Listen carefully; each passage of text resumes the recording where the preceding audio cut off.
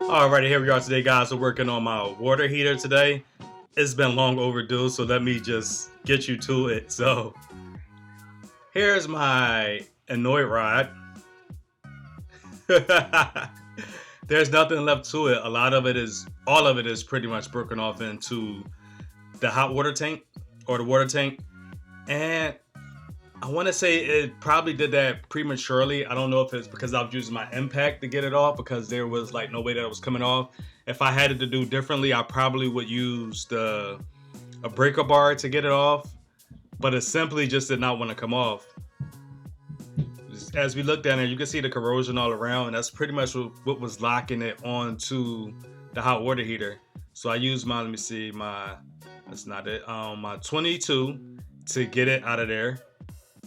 Again, I use an impact.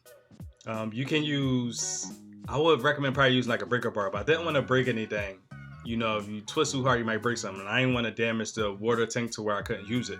So that's why I used the impact. Also use this big socket to get the heat element out, because I was going to stick something in there and I was just going to clean it up. I was going to use a combination of a wet vac and a broomstick, a dollar store broomstick. Cut off both ends so that it's hollow and stick it in there and clean it out, but there's no use in cleaning this out. As you can see, the annoyed rod is all down in there, and it's just mountains of sediment and rust. It's like disgusting. If you seen somebody get you a bucket of water from here to wash with or do anything with, you wouldn't touch it, you know. So this is what's going on inside of your water heater, especially if you didn't service it. Even if you serviced it, you're not going to get the amount of sediment that accumulates down in the bottom, especially if you're in a hard water area.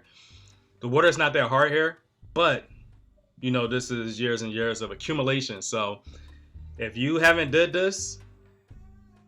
serviced your system, then it probably looks similar. Again, we didn't have many problems with this. I just changed out the heating element. That was about it. This top one, it will have intermittent issues where it will like get super hot.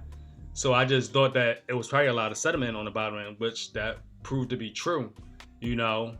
So I thought that was giving like incorrect readings. So that's why I was getting hot here and hot there. So I'm gonna just rip all of this out. I'm gonna show you how to do this local, because no one has time to be waiting on Amazon or getting it offline. So I'm gonna go right down to Lowe's and pick this one up, and we'll get it installed. I'll see you on the next video. Fell victim to my hatred. Yo, I never faked this. Tying up my laces. Gotta chase it till I make it. Drowning liquor, no vacation. Part of a path that was destined for me.